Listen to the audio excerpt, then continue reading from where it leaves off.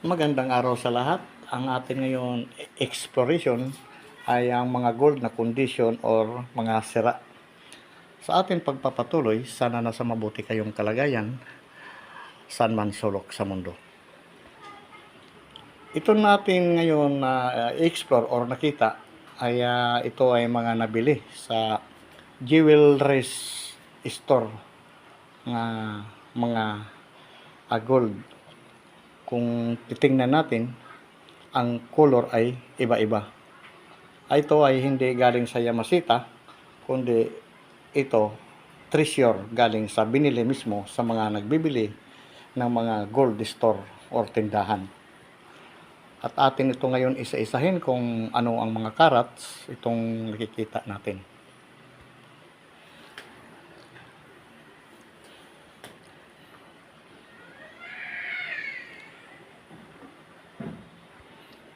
Unahin itong bracelet, no?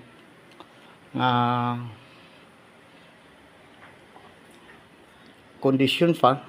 Ito ay ang color niya ay nasa 21K to. No? Iba ang kulay niya. At dito naman sa may bilog, itong rings niya, no?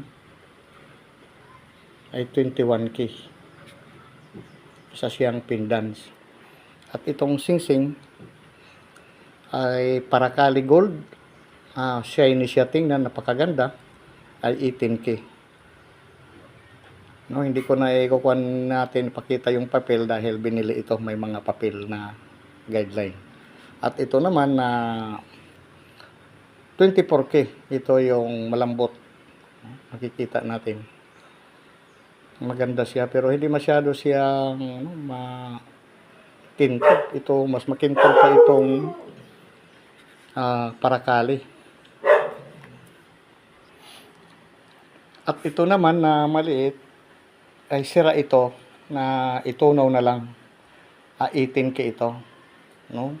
Automatic ito mabibili sa mga namimilihan ng bumibili ng mga gold sa mga sa palengke pwede. Na ito collection lang to.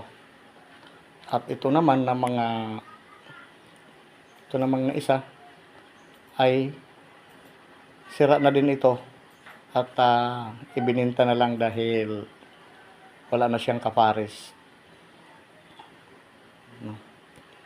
At ito, kung makikita natin bakit maitim, ay meron ito halo na gold na galing sa mga tinunaw or tingga, ano? Kita natin.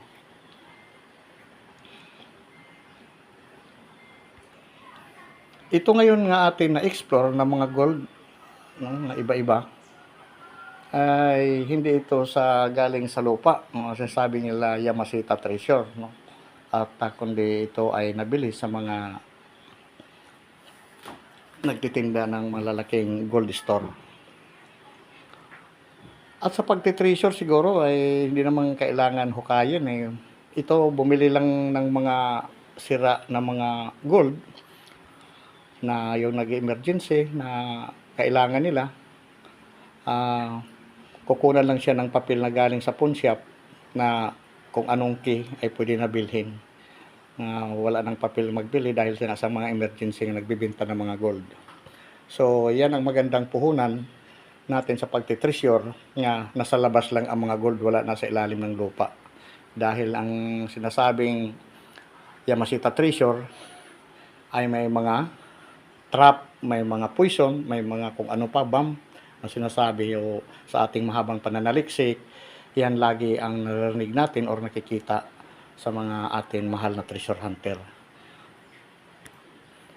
So dito may puhunan lang tayo na maliit na yung mga nagbebenta ng mga sira na gold ay pwede itong tunawin at ibibilihin kaagad ng ganun din sa carats kung ilan ngayon ang price sa bawat kategory ng gold na sa merkado ngayon.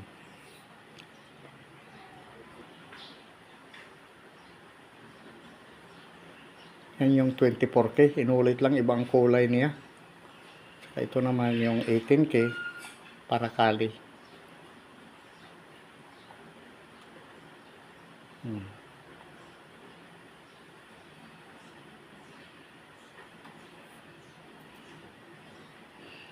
Itong bracelet ay ginagamit pa ito ng may-ari. Hiniram lang ito para ma-vlog lang natin na hindi ko naman ito sariling gold, no?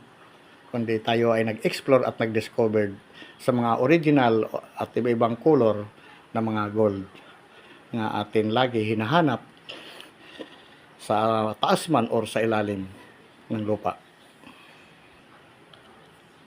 So sa araw na ito, hanggang dito na lang si Green Discovery at sa ating pag-explore, ito ang nakita natin ng mga iba-ibang carats at color ng gold na atin ngayon natunghayan sa atin mahabang paglalakbay.